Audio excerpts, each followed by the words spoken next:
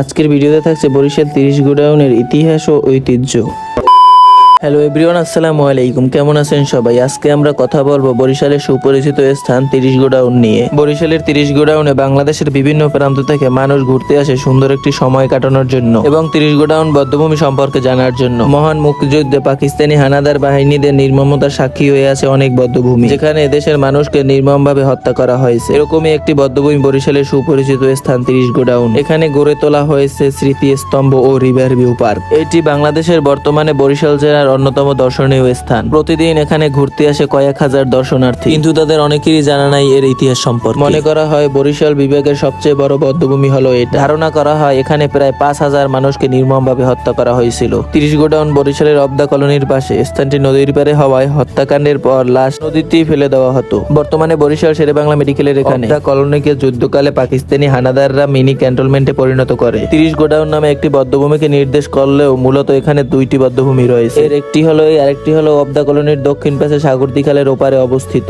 যেটি বাংকর ব্রিজ নামেও পরিচিত। সাধারণ মানুষদেরকে বাংকর ব্রিজের উপর দাঁড়া করে হত্যা করে সাগরদী খালে ফেলা হতো। 30 গোডাউন কম্পাউন্ডের পিছের গেট হতে নদীর পার পর্যন্ত প্রায় 30 বিঘা ধানের জমির পুরোটা। মূলত স্থান দুটি প্রায় একসাথে হওয়ায় এদেরকে একটি বধ্যভূমি বলে গণ্য করা হয়। জানা যায় 1971 সালের 4 মে পাকিস্তানি হানাদাররা পানি উন্নয়ন বোর্ডের অফিস ও আবাসিক বাড়িগুলো দখল করে নেয়। স্থানীয়দের এনে জুলুম ও টর্চার করে। প্রথমে তারা বরিশালের তৎকালীন অতিরিক্ত জেলা প্রশাসক কাজী আজিজুল ইসলামকে এখানে এনে হত্যা করে।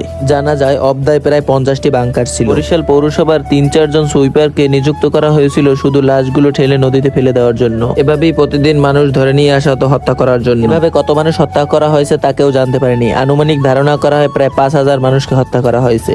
আপনিও কিন্তু সময় করে ঘুরতে আসতে পারেন বরিশালে এবং বরিশালের 30 গোডাউনে। এটি অনেক সুন্দরতম স্থান এবং এটির বরিশাল সিটি কর্পোরেশন দ্বারা দায়িত্ব নেওয়া হয়েছে। আপনি একটি পরন্ত বিকেল বেলা বন্ধু বান্ধব ও পরিবার পরিজনকে নিয়ে এখানে ঘুরতে আসতে পারেন। এখানে নৌকা রাইডেরও ব্যবস্থা রয়েছে। ঘন্টা হিসাবে নিয়ে কীর্তনখোলা নদীর মাঝখানে গিয়ে সুন্দর একটি ভিউ উপভোগ করে আসতে পারবেন। এখানে রয়েছে খুবই জনপ্রিয় একটি খাবার, ভাইরাল সিঙ্গারা পয়েন্ট। আমি এই রিভার ভিউ পার্কে দুপুরবেলা আসছিলাম, যার জন্য কোনো দোকান খোলা ছিল না এবং কোনো মানুষও ছিল না। আপনারা আসলে অবশ্যই বিকেল বেলা আসবেন, তাহলে সুন্দর একটি সময় উপভোগ করতে পারবেন এবং সিঙ্গারা পয়েন্ট গুলো খোলা পাবেন। আজকের ভিডিওটি এই পর্যন্ত। ভিডিওটা ভালো লাগলে পেজটা ফলো করে ভিডিওটা শেয়ার করে পাশে থাকবেন। সবাই ভালো থাকবেন, সুস্থ থাকবেন। আবার দেখা হবে নেক্সট কোনো ভিডিওতে। আসসালামু আলাইকুম।